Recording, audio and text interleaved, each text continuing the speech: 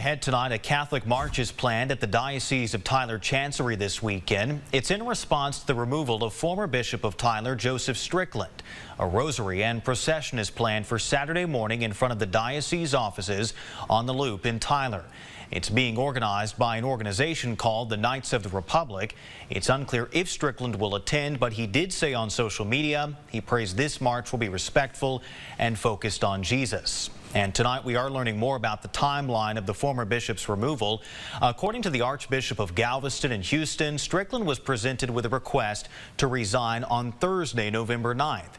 This came after a months-long investigation by the Vatican, which started over the summer.